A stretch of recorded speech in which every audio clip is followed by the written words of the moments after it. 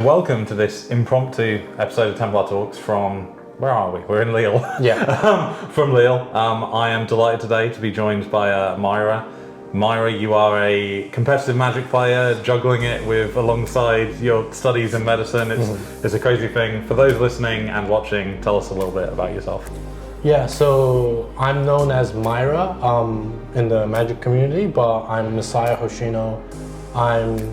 I've recently just turned 21. Oh, cool. So I'm an 03 Zoomer.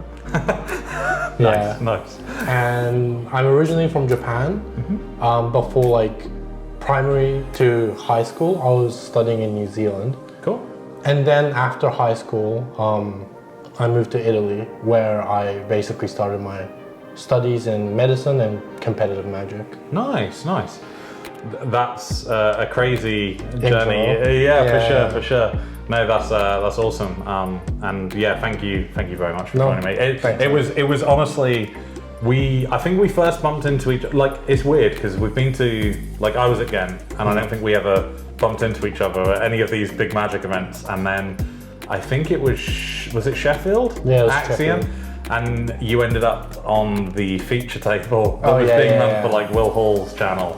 And I think after that, I kind of, you mentioned that I got sold on, I know you're sponsored by Ultra Pro, and you had some Apex sleeves, and I remember hearing you talk about them.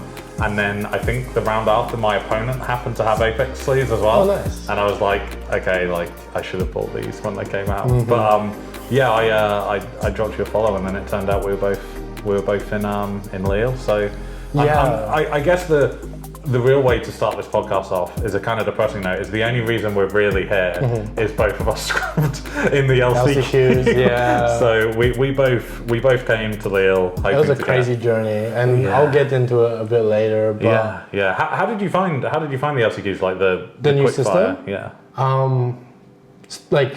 Face value and statistically speaking, I think it's much easier than to top 16 or top 8, was it? Because they were 200 people tournaments as well. And there was a lot of pros, like my friends that are also pros, they played in these LCQs, the old style, and there would be pass downs and stuff, but it was really tough. Yeah. Me personally, since I'm used to grinding these LMS Opens, these Grand Prix in Amsterdam, Barcelona, I like the big style tournaments more because you have the time to recollect yourself. Yeah. After a loss. Also, one loss isn't devastating. I mean, I don't know if you found this, but I had to keep checking myself after a win because I instantly wanted to just say good luck in your next rap. Oh, sorry. Oh, yeah. Because it's that thing, in an LCQ, everyone, previously in the big LCQs and Axiom events, everyone wants to do well. And to an extent, you're kind of hoping your opponent has a good time too, right? It doesn't matter that you've won, there's another round, but in this system, yeah, there's that too, but also it's for me personally, I used to be a very, very fast player because I played a lot of control in the past. And I've recently, slowed down to take things one step at a time. I realized I'm not Shoto Yasuoka. Sure. But these quick fire single limb style, it's weird because one loss is devastating, so you really cannot mess up. But there's also this mind of okay, I need to lose as quickly as possible so I can fire the next bullet. Yeah. And I've never really been playing these single limb style events ever outside of the Secret Layer Showdowns. Sure. Which is basically free roll, right? Yeah. The promos are nice and then the extra promos are nice. But this with qualification on the line, it was really mentally taxing. Yeah, I think you could see it as well. There were some players around me that were getting quite stressed. And I know there's always that element with Magic players. Sometimes you can see people at the tables that don't take losses as well as others. And, like one guy in a pod I was in, hit the table after a bad, I think they went all in on a prowess kill and someone pushed it before damage was, one of those kind of things. And it does feel like it intensifies that kind of, everyone's on edge, everyone's trying to win. And realistically, one person from the 16, you're a group of 16 people that are all kind of making small talk and chilling together. And then it's and now 15 of you are going to walk away from this miserable, But I do think it's easier to actually, I know it's rich coming from me, given I didn't qualify with the LCQ, and obviously we both scrubbed out of it. But I do think, in principle, short fire rounds are less grueling, and I think in some ways, maybe if you do qualify in one of the big tournaments, playing like 9 rounds into the next day, 9 rounds, and then say you do well into 6 rounds or whatever, it can be. I'd imagine you would get very fatigued by the end of a weekend.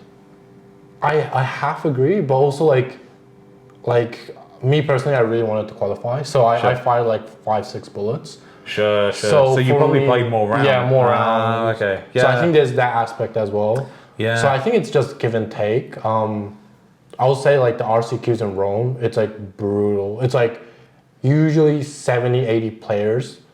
Like even at the lowest number, really? It's like 60 player, 1 slot. With ex World Magic Cup winner, ex Platinum Pro, Mox competitor.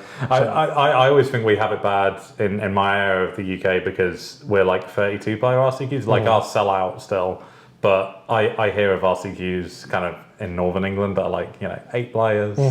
My friend scooped me in the final. Like you always hear that on Twitter, right? Like that joke, and it does feel like there's a lot bigger ones out there. But to go all the way back anyway, kind of how did you first get into Magic the Gathering? Like what? Because I've always found it interesting. Obviously, year 21, another player who I get on with very well, Nico Altaparmakov. He's younger as well. Who I teamed with this. He's on like Worldly Council RC team. Yeah, he's on the Phoenix list, right? He's playing right now, so let's hope he's doing well. Funny story. I gave him my tokens and sideboard map that I wrote out. Nice. And on that sideboard map, I wrote down like not only what you sideboard and what changes. I also wrote down like what they sideboard. And nice. Like key pointers on like what to watch out for and stuff. Nice. And Nico actually lost that to maybe a round 1 Phoenix player. So maybe some leaked information there, but Nico and I are on basically the same list. Nice. Same team. Nice. I mean, I'm definitely hoping he does well because he's I've lent him the deck and he said he'd buy me dinner if he cashes. I'm just like, come on, I want my free lunch. But no, like it's an interesting take though. Like I've always thought for a while now, there's not many new players coming into Magic. WotC have a problem with comp of getting younger players to play, and eventually the older players are going to stop playing inevitably. So, what kind of brought you into Magic? What appealed to you about it, and how did you first kind of start playing? Well, so a little backstory for me.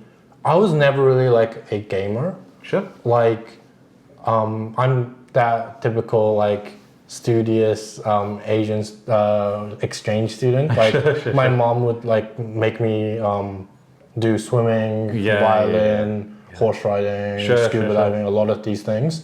So I didn't really have time for myself until I got into high school, where things like cooled down a bit because I had to like start focusing on actually studying and passing the entrance exam for my uni, med school. So things slowed down a bit, which let my friends like take me out to hang out more. And one like New Zealand, although it's not like most people picture, it's not like there's more sheeps than humans. It's true, but it's less so in the center where I live. Sure. But there are like limited things you could do. Sure. And one of them were going to these events called Armageddon, where it's like Comic-Con. Okay.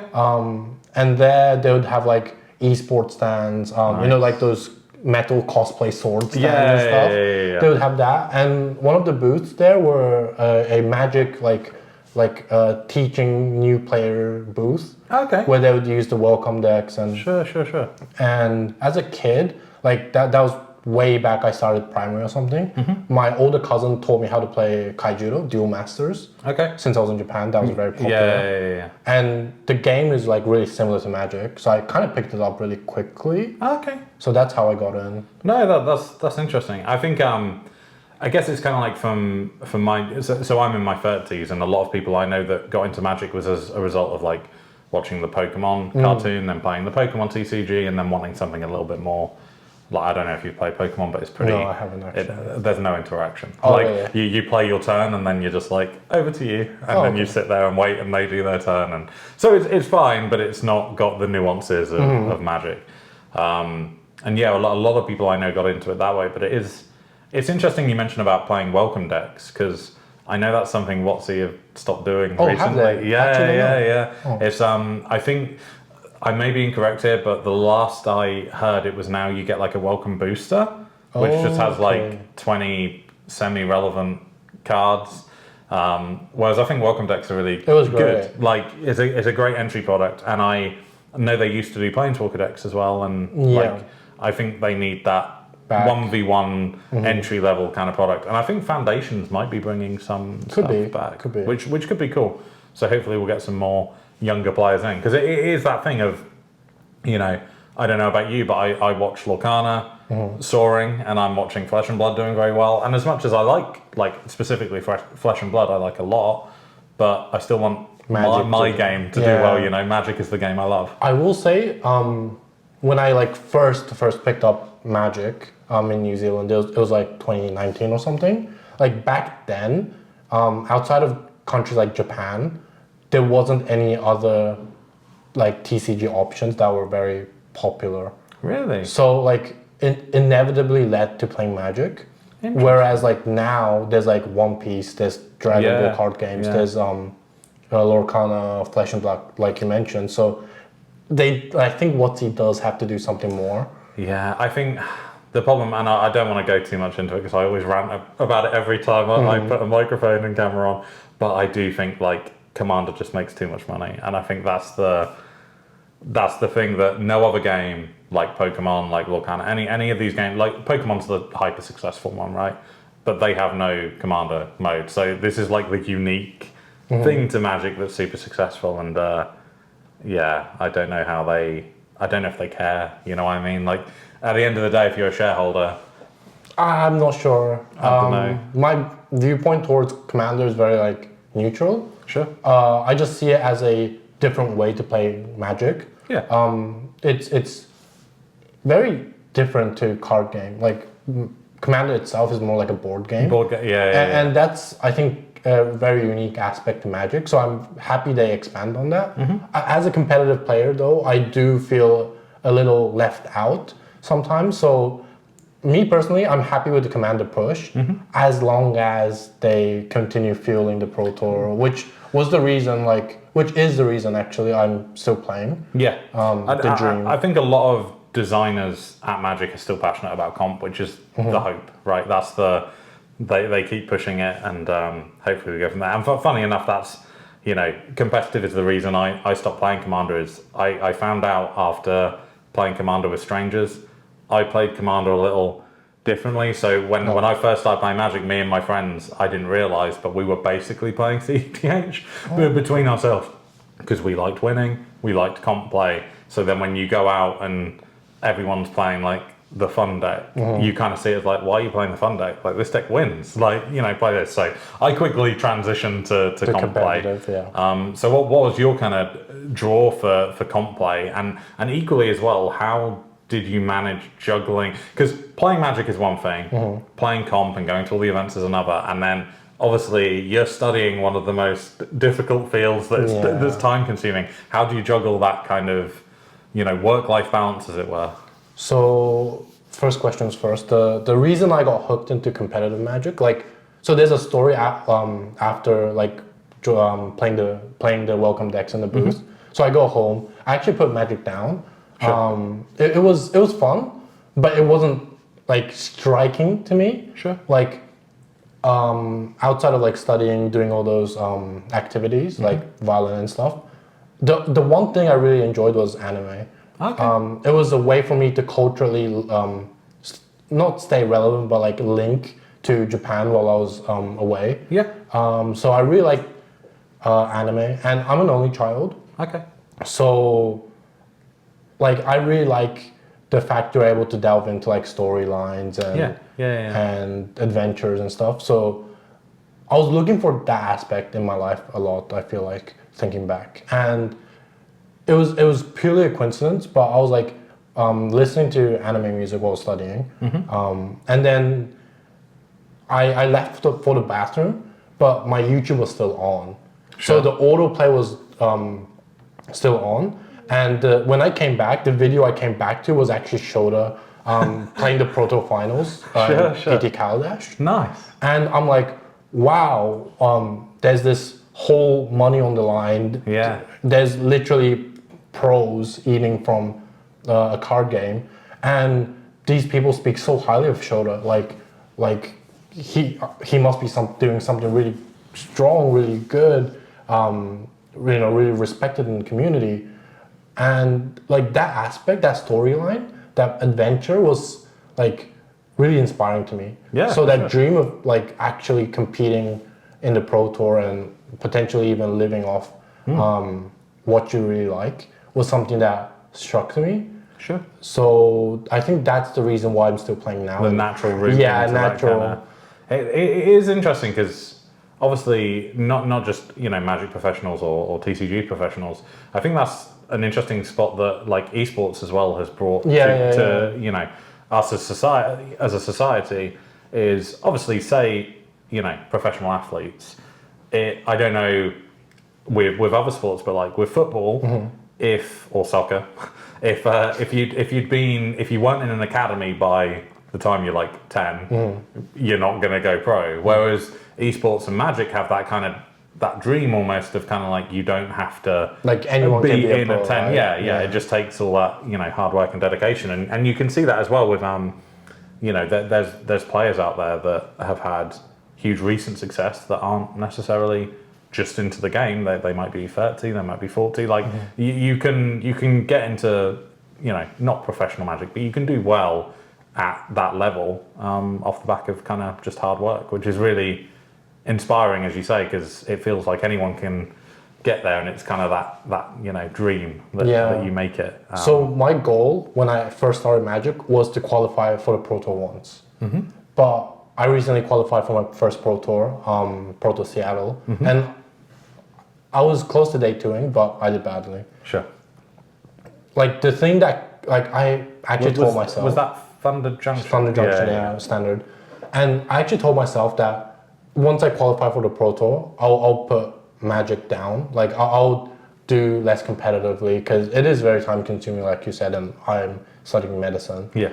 But the thing that drew me back was like the community aspect of a team. Like that feeling of you alongside your comrades or alongside your friends, working together for a common goal, stepping up together, facing new challenges, finding new teammates, new friends, and then stepping up again together. That gradual improvement to perfection, self-improvement, dedication, and rivalry and friendship. That's something that I think was what I was looking for. That draw the towards community. It. Yeah.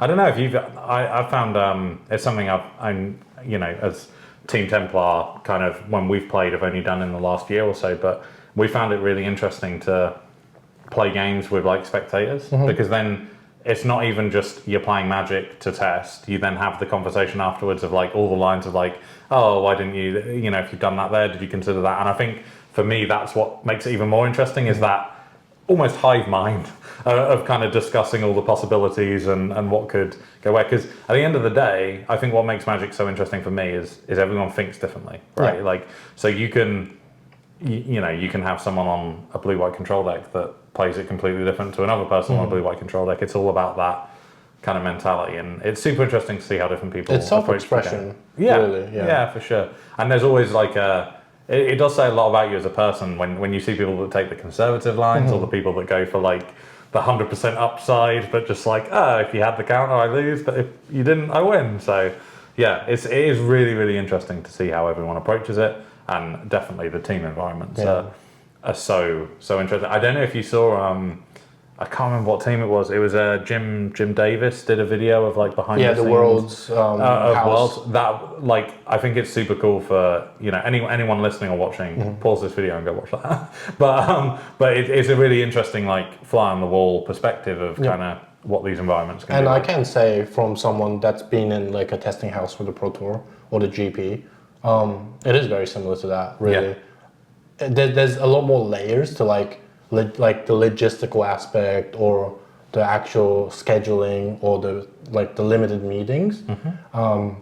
There's like a lot more nuance and layers, but the general idea, like Jim captures it very well. Yeah, and I think it's also interesting that different personalities get highlighted within those environments, in that some people are always going to be the guy that wants to make the presentation, and someone else might want to give the presentation. Do you know what I mean? Everyone has a different role within that environment, and it is super cool, and I can perfectly understand how you're really drawn in by it.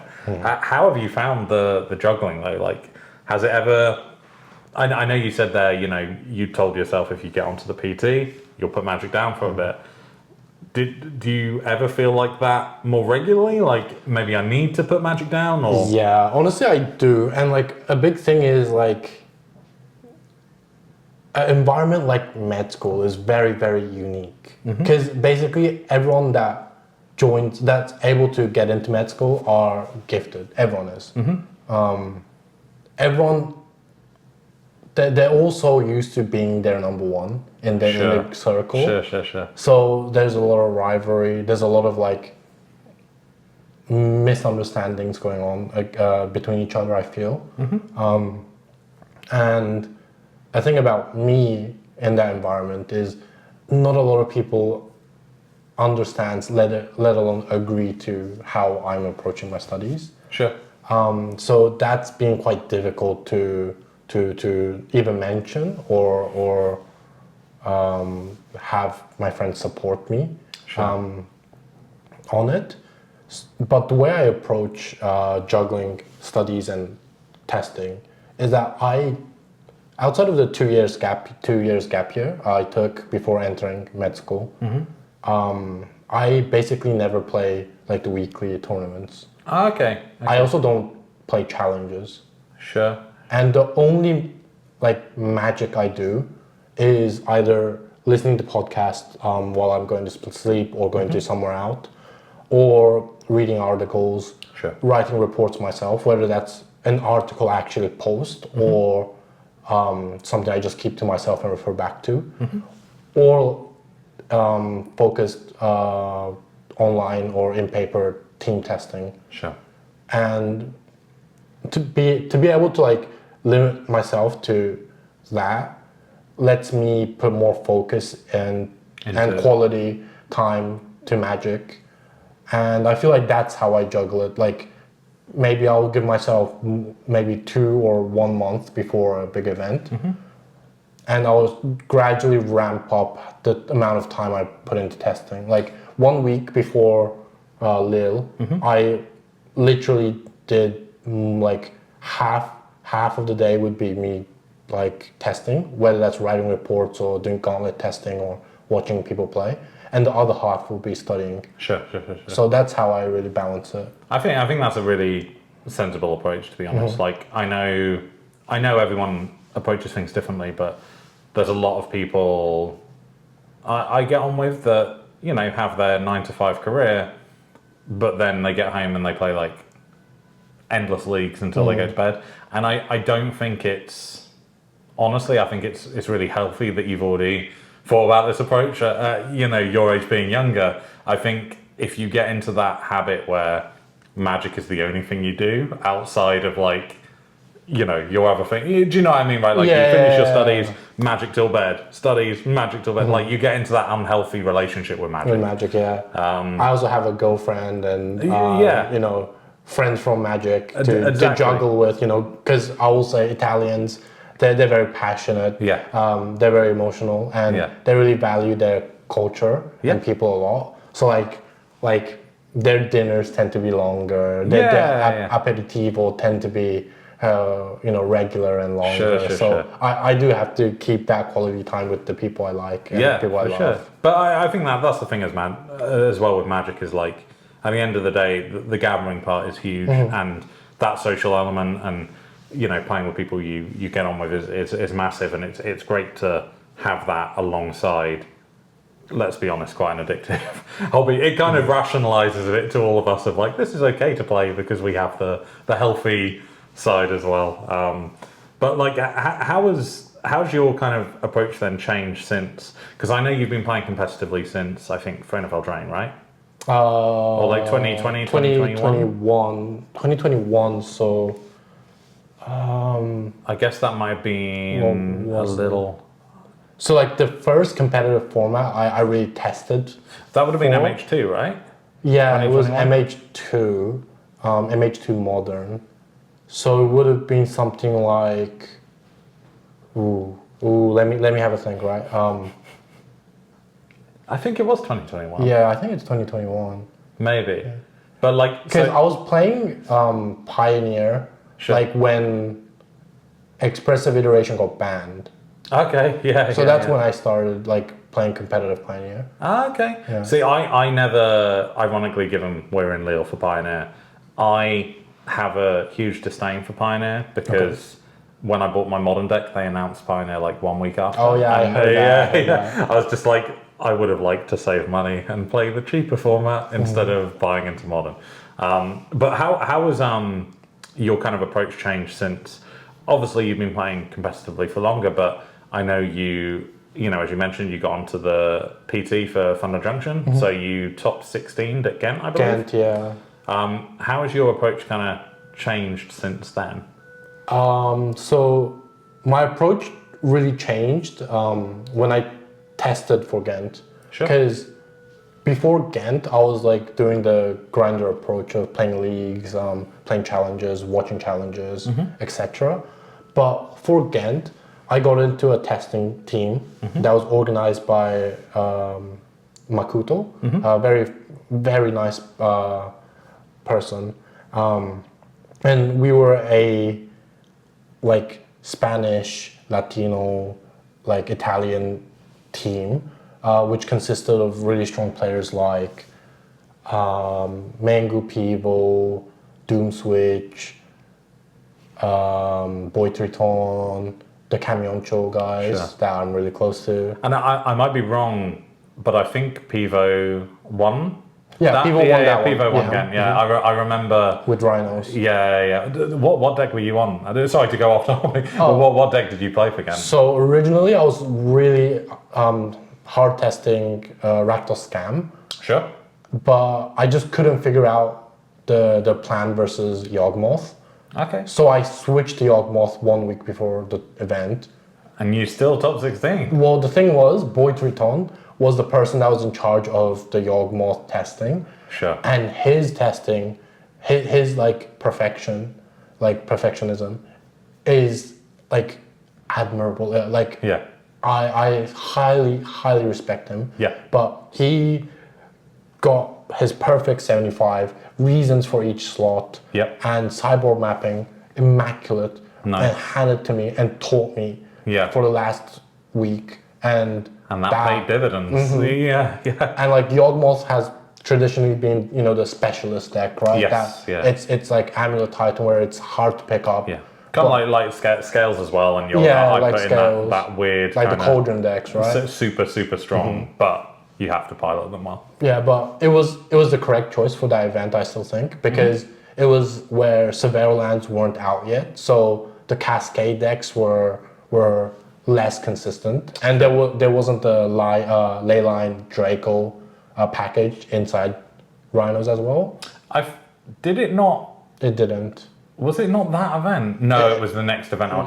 So I played Rhinos in Ghent, and then I played Rhinos at an Axion event like straight after, and that was when for our RC, so Ghent, Karlov Mana wasn't out yet, but for like the Japanese or the American RC, that was further back in the season. It was out. So I'm happy I played Rhinos. I like it. It was a good choice. But I think I went like 3-3 or something, like 2-3. I can't remember what it was when I ended up dropping, but I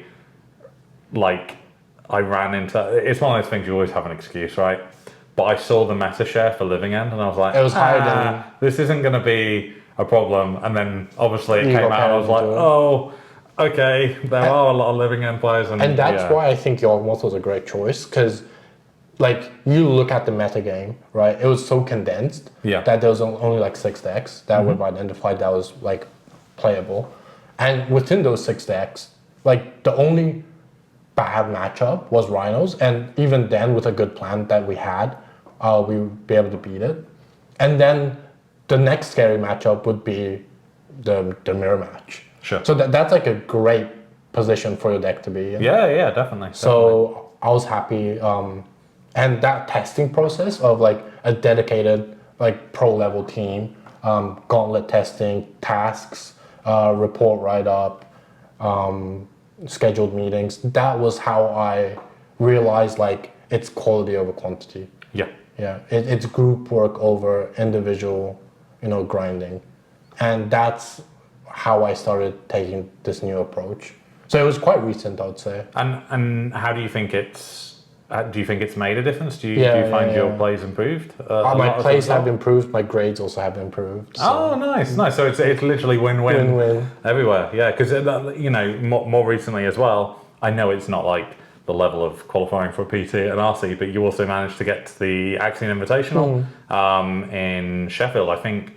Did you came ninth? I came on ninth, breakers, right? Yeah. But then Arch had already queued, so you got there. Arch is goated. Arch is goated. Yeah, Arch. Honestly, like, because wasn't Arch on that Jeskai list that no one was like playing at that point, and they went on a tear. Alex C and Alex Rohan, whom I've been testing with, geniuses. Yes. But they brewed that list up. Yeah, I have to admit, I before Ghent, I did I'd kind of settled on a 75, and then I think I was like DMing Arch, just being like, would you play this? Just because you want that sanity check of like, let's ask the guy that like really knows what they're doing, kind of thing. But they are really, really clever people, and I think the UK Magic scene has some really strong players at the moment. It'll be. I'm so excited for the Invitational. I got really lucky. I won like some VIP badge and an LCQ for it. So I got the Mega Modern and the Mega RCQ paid for, which is cool. So I get to go for free. But I'm going to be looking kind of one eye. I'm going to be in the RCQ, but I'm going to be looking over at the Invitational because two of the Templar guys are in it as well, Todd and Michael. And I think from what I've seen, it's going to be like a really stacked field, right? I think there's 40. Is it 40 players? I think 40, yeah. And only 8 get through to day 2 for the top 8. So it's going to be interesting, and there's a lot of good players in there for sure. We'll see what comes of it. And I guess to kind of circle back as well to why we're here, why we're in Lille, Pioneer. Obviously, I don't know how you feel about it, but as soon as WotC announced that there was no Pioneer next year, I kind of just said, okay, I'm not going to play. I'll just send it, and I'm not going to test as much as I should do, because I know that I'm not... for me, I need to not only have an immediate goal, but it needs to have some relevancy to, something in the distant future. And I think the fact that, like, even if you find the most cracked Pioneer list right now, and I'll put the deck box on the shelf and wait for loads of more sets to come out, and it changes. Yeah, it's really, really sad, that news thing. Yeah. But what are your thoughts on Pioneer? Do you like it more since the bannings, or? So since the bannings, pre-banning, it was honestly like a very toxic format. Right? Like there was 2 cracked decks. Yeah. And honestly, if you're not playing one of those 2 decks, you're making a huge mistake. Yeah, I think every local player that I've travelled with qualified on an illegal deck now, in terms of like a ban deck, which kind of says because like a lot. Vampires, like in a open list environment, which usually RCQs are when you're deep down, playing for top 8 in the top 8, like in those environments, there was nothing close to like how like flexible yet powerful vampires could be. And then there's also the other spectrum of the clearly like busted creature combo deck, right? Yeah. So I enjoyed the format because it was a format that you could play the deck you're comfortable with, and it was really good. But I do agree that it's much better that the place format is in now. Like there's more aggro decks, there's more control decks. So I like it now. And I think as well, there's a lot of Rakdos decks that are still kind of like good Rakdos mid-range with a combo. Yeah. Which is kind of like Vampires was also a fairly solid Rakdos deck with a combo. So I think a lot of, there's the Sack deck, there's the Tree Rakdos deck, isn't Sack, Tree, Transmogrify, Transmog. Transmog is like the big. Well, I think it will probably be one of the bigger ones. I haven't seen the meta share for Lille, but no, Transmog should be really low because its matchup against Phoenix is like abysmal. So I think what people have brought is like demons, whether that's mono black or red black or white black, and then within that, whether you play like the Aclazot's more combo-y version or like Dross to combat like aggro and Phoenix would be like the differentiation. What were you playing in your LCQs yesterday? Phoenix. Did you play Phoenix the whole way? Yeah. Okay. And obviously there's the Open tomorrow. I'll be Gonna be running Phoenix too. Yeah. Are you going to change the list at all? Maybe one card or so. One card. Yeah. Oh wow. Okay. So even though it didn't work out, it was obviously like niche margins, and the deck still functioned. Like honestly, I don't want it to sound like a complaint or an excuse. Sure. But like a lot of games I've lost yesterday was, I think, due to like the randomness of Pioneer, which is also a good thing. Yeah. Like I played against a 80 card enigmatic Zur deck with like main deck Thoughtseize Rip, which is Rip is like understandable because you can sack it to bring a 3 or something, right? But also Extinction Event main. Okay. I don't know if it was the same player, but I also played against an 80 card Zur enigmatic deck, and it was awful with prowess because like you get a player to a low life total and then suddenly they have life linkers with massive stats that you're just like, oh, never mind. So yeah, it did feel very odd. It wasn't what I was expecting. I think I played that, not necessarily enigmatic, but the Zur enchantment lifelink kind of deck at least 3 times. So like, and it's like I didn't think that was going to be huge. Zur deck is actually not that random. Like I think it was expected. See, I think it was expected, but I've got the wrong take, but I was expecting way more Phoenix, and I didn't like when I was looking at the tables. I was like, where are the Phoenix players? Like this is what I was not hoping for, but it's an okay matchup for prowess, and I know the matchup. So it's the randomness of like the LCQ closed deck list, right? Yeah. So that was a big reason why I lost. I also lost like, I don't know, what else did I lose to? I lost to like a mono black demons with main deck Hearse and Graveyard Trespassers. So they're like really hedging on Phoenix players being there. So like these things were a big reason to why I lost. So like I think for the Open, it's gonna be less of that and more of the RC players, actually bringing their RC decks. And is open no, deck? it's closed deck. It's closed deck list. I prefer open deck list. I prefer open deck list too. And this might be a bit of a weird take or something to even bring up, but Fanfinity seem to have done a pretty good job. Like it's a good first RC back, having the contract from Legacy. But one really weird thing I did not like, I don't know if you experienced this, but most of the LCQs, you got assigned your seats, and then the next round was drawn and you were in the bracket, and it worked as normal.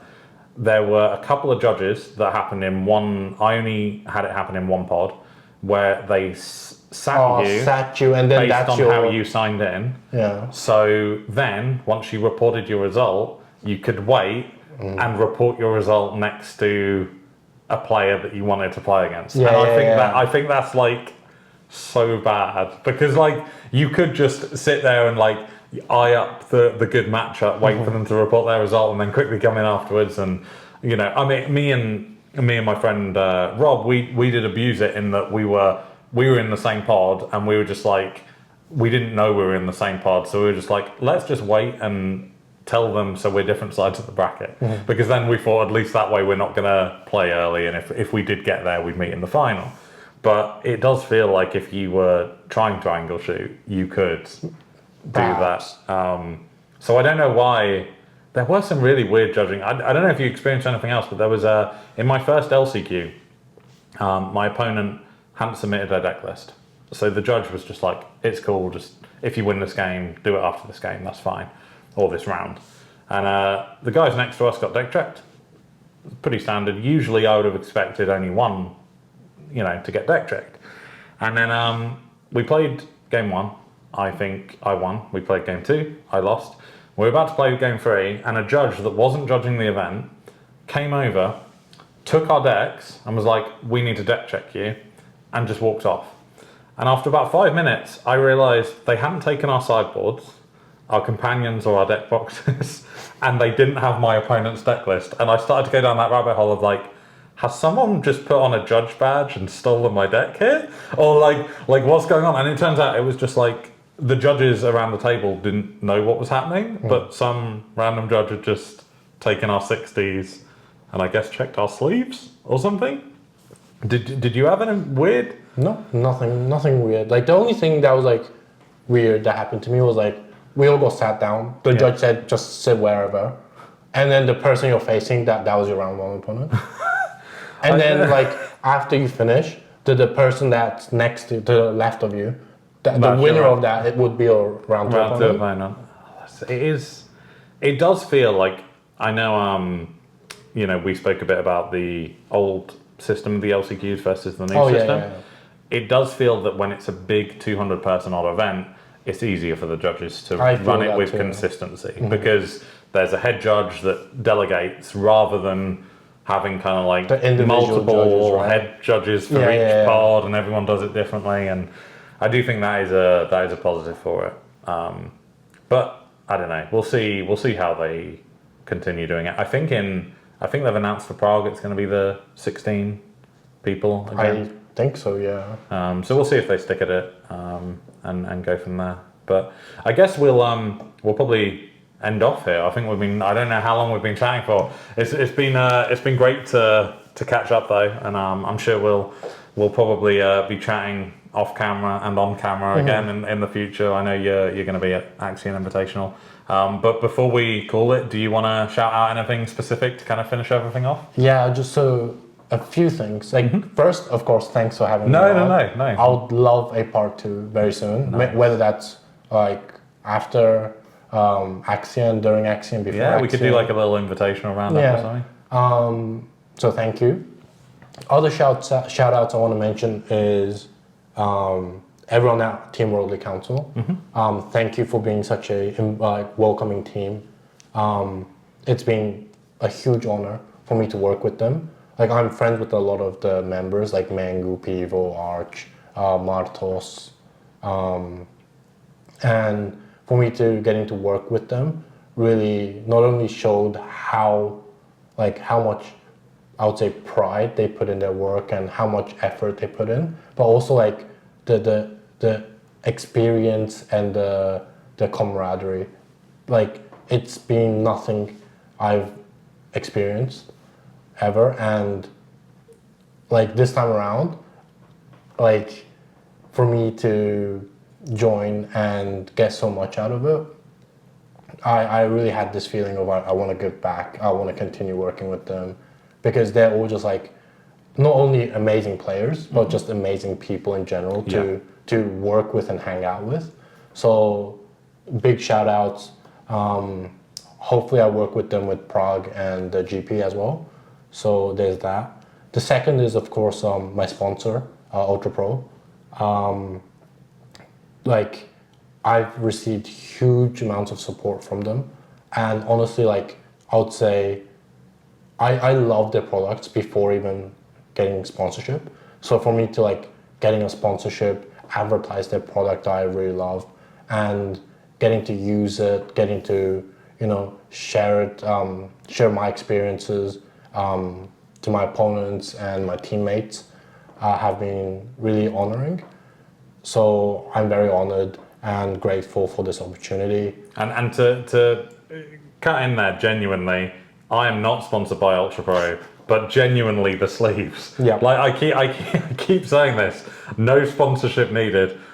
Apex sleeves, I don't like how much they cost, but they are genuinely better than every other pack of sleeves. And they're worth it. Yeah, honestly. like this is the thing. They are genuinely very good, and I'm not just saying it. They are unbelievable products, and I think Ultra Pro in general do a lot of cool stuff for sure. Yeah. But the Apex sleeves in particular they have a lot of like products they're planning to do. A lot of like designs of Apex sleeves. Nice. And like I really hope that more people like recognize the Apex sleeves, because I know they're really like popular in the commander circle. But I also want to advocate for the competitive players too. So, yeah, honestly, they are amazing sleeves, and as well, I'm very if anyone at Ultra Pro ever sees this, get gravity dice back in the UK, because I've been trying to buy those metal dice for like a year, and they've been out of stock, and every time I face an opponent that has them, I'm just like, they're really nice. But yeah, no, it's they are very, very good products for sure. Honestly, like, yes, I've been to a pro tour. I'm testing with a very strong group of players. I'm in a team, but I still feel like a bit underqualified for this position. So I'm just grateful, and I just hope I continue to work with them, throughout my Magic career. Yeah. And so those are the shout outs. And I just want to say thank you for having me on. And this is something for you. Thank you, dude. You didn't need to, but I as I've shilled for, like, these are genuinely really good sleeves, and I will be throwing them at you. But also, I'm gonna make sure to play these at the next Axion event. So if I don't, you can like shout at me and take my deck or something. That works. But thank you very much for coming on. Honestly, it's been a pleasure. It's great to catch up again, and I'm sure we'll talk again soon. But yeah, till next time. Thank you guys for listening. Thank you guys for watching, and some quick shout outs. Hit the subscribe button if you haven't. If you're on YouTube, if you're on Spotify, I think it's called follow. I don't know. But hit whatever button it is, and we'll see you on the next edition of Templar Talks. Thank you for listening. And if you're able to follow me on Twitter. What's your handle? Because it's not Myra, is it? It's at ProSkillGenius. ProSkillGenius. That will be in the description below on YouTube, not on Spotify. Because I post a lot of tournament reports and articles, and I think my article's good. I do. So, I do. I agree, and I will advocate anyone to go read those tournament reports. They're awesome. But yeah, nice. Thank you very much. Thank you.